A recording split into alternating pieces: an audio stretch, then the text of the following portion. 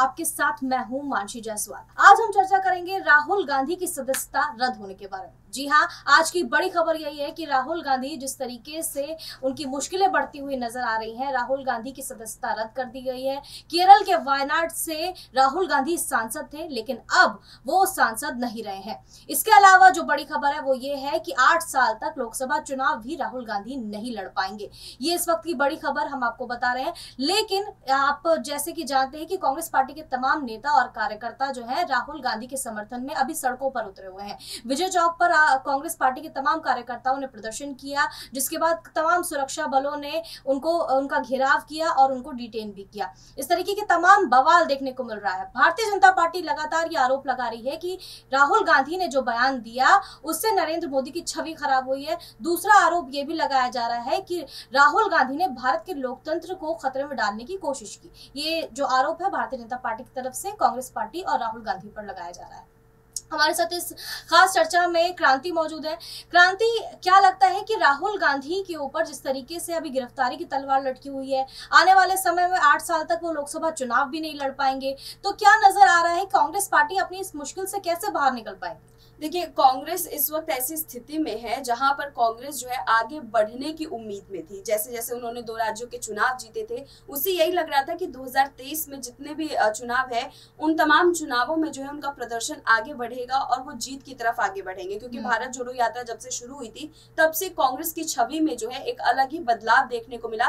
कांग्रेस जो है वो पहले के मुकाबले काफी ज्यादा सक्रिय नजर आई और जो वो पहले कहा करते थे तमाम विपक्षी नेता कि कांग्रेस जो है अपने एसी वाले रूम से कब बाहर निकलेंगे, तो कहीं ना कहीं हमने उस दौरान ये जरूर देखा था कि वो सड़कों पर उतरे थे।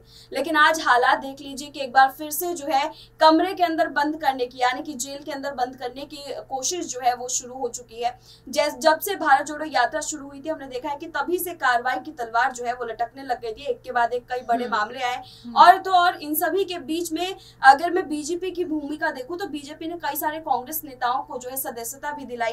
तो कांग्रेस को तोड़ने की कोशिश जो है वो बीजेपी की तरफ से नजर आई। हालांकि हम ये नहीं कहेंगे कि कोर्ट की तरफ से जो फैसला आया वो भी बीजेपी की ही तरफ से किया गया है, क्योंकि कोर्ट देखिए अपना फैसला खुद लेती है। जिसको लेकर के जो है सीजीआई चंद्रचूड़ का भी बयान आया था कि हमारे ऊपर केंद्र का कोई दबाव नहीं होता है, हम अपने फैसले खुद लेते हैं। तो देखिए जैसा उन्होंने कहा है वैसे ही राज्य के जो जितने भी कोर्ट है उन लोगों की तरफ से भी यही होगा। तो उम्मीद करते हैं कि सूरत के कोर्ट ने जो फैसला सुनाया है वो फैसला भी किसी के पक्ष में आकर के नहीं, निष्पक्ष होकर के जो है फैसला दिया हो। लेकिन आप देखिए कि राहुल गांधी के ऊपर जो कार्रवाई हुई है ये 4 साल पुराने केस को लेकर के हुई है। और जब यहाँ पर अभी आपको शायद याद होगा कि हराल केस मामले में जो है उनको लगातार जो है तलब किया जा रहा था, बार बार ईडी सीबीआई की तरफ से जो इनके ऊपर कार्रवाई की जा रही थी। तब ये माना जा रहा था कि उस दौरान उनके ऊपर कोई बड़ी कार्रवाई हो सकती है, लेकिन इतने बड़े मामले में जो है ऐसा कुछ कार्रवाई सामने निकल करके नहीं आई। लेकिन एक जिसका वीडियो क्लिप भी मौजूद है, इस वजह से शायद कह सकते हैं कि उनके ऊपर जो ये छोटी सी कार्रवाई थी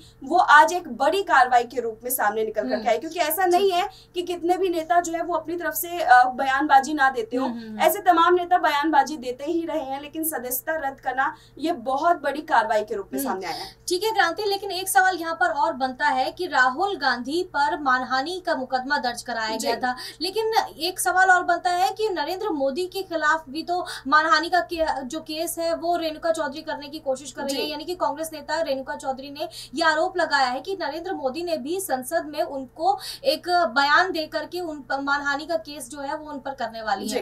तो सूपनखा कह दिया था नरेंद्र मोदी ने रेणुका चौधरी को, तो वो भी चाहती हैं कि अब मानहानि का केस नरेंद्र मोदी पर भी हो जाए, उनके खिलाफ एफआईआर करना चाहती हैं। तो सवाल ये उठता है कि नरेंद्र मोदी भी लगातार ऐसी बयानबाजी करते रहते हैं जिसके खिलाफ उन पर मानहानि का मुकदमा दर्ज होना चाहिए, लेकिन नरेंद्र मोदी के जितने भी केस है वो सामने नहीं आते हैं, लेकिन राहुल गांधी के जितने भी केस है वो सामने आते हैं और उन पर एफआईआर भी दर्ज हो जाती है और देखिए उनकी सदस्यता भी रद्द हो जाती है और उन पर जेल की तलवार भी लटक जाती है। देखिए मानसी, अगर इस पूरे मामले का हम चर्चा करें तो सीधे तौर पर हमें यही देखने को मिल रहा है कि राहुल गांधी के ऊपर जो कार्रवाई हुई है वो मोदी सरनेम को लेकर के हुई है। यहाँ पर जो है कांग्रेस की नेता भी यही कह रही है कि अब वो भी जिस तरीके से उनके ऊपर बयानबाजी किया जा रहा है तो वो भी क्यों चुप बैठे, वो भी सामने वाले के ऊपर कार्रवाई करेंगी।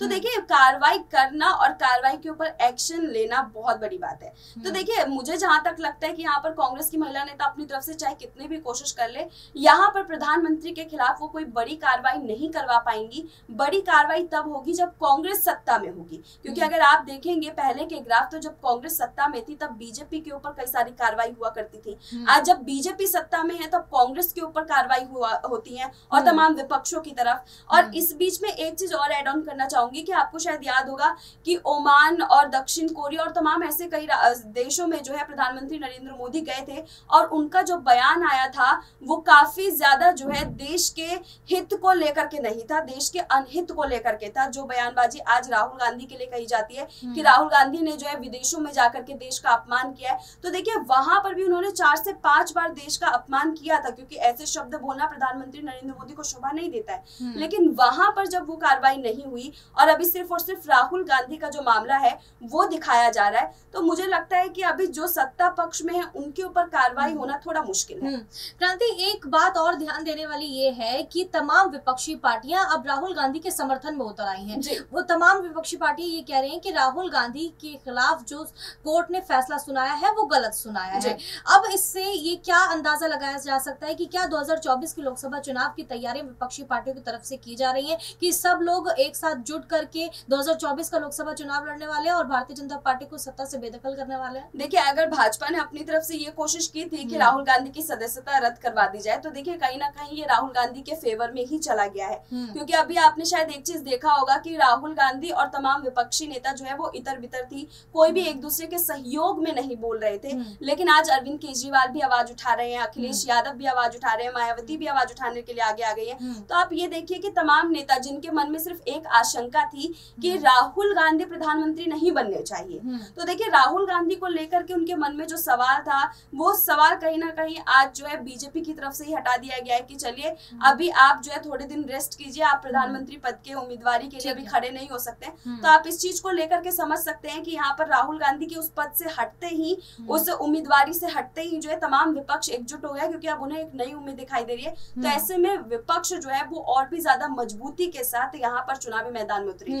आखिरी सवाल एक और बनता है कि क्या राहुल गांधी की सदस्यता रद्द होने के बाद क्या अब प्रियंका गांधी को या फिर सोनिया गांधी को मल्लिकार्जुन खड़गे एक अहम जिम्मेदारी देने वाले हैं? क्योंकि 2024 के लोकसभा चुनाव काफी नजदीक है। अब जो जिम्मेदारी है या तो प्रियंका गांधी के कंधों पर होगी या फिर सोनिया गांधी के कंधों पर होगी, दोनों में से किसी को तो आगे बढ़कर आगे करना होगा। देखिए, अगर खड़गे की बात करें तो खड़गे जो फैसला लेंगे वो ज्यादातर प्रियंका गांधी के पक्ष में होगा, क्योंकि सोनिया गांधी ने अपनी तरफ से बिल्कुल साफ कर दिया कि उनकी तबियत थोड़ी खराब रहती है, वो सिर्फ और सिर्फ पार्टी को सपोर्ट कर सकती है, लेकिन पार्टी के लिए कोई अहम जिम्मेदारी लेने के लिए वो अभी तैयार नहीं है। दूसरी तरफ प्रियंका वाड्रा जो है वो अपनी तरफ से कोशिश करती रही है और हमने देखा है कि राहुल गांधी की परछाई बनकर के वो कदम से कदम मिला करके चलती रही है। भारत जोड़ो यात्रा खत्म हुआ तो हाथ जोड़ो यात्रा शुरू हुआ, जिसमें प्रियंका वाड्रा का नाम जो है जोरों शोरों से लिया जा रहा है। तो उम्मीद कर सकते हैं कि प्रियंका वाड्रा के नाम की चर्चा जो है वो तेज रहेगी। बिल्कुल, बहुत बहुत शुक्रिया क्रांति हमारे साथ तमाम बातचीत के लिए। तो हम चर्चा कर रहे थे कि राहुल गांधी की सदस्यता रद्द होने के बाद क्या प्रियंका गांधी को अहम जिम्मेदारी दी जाएगी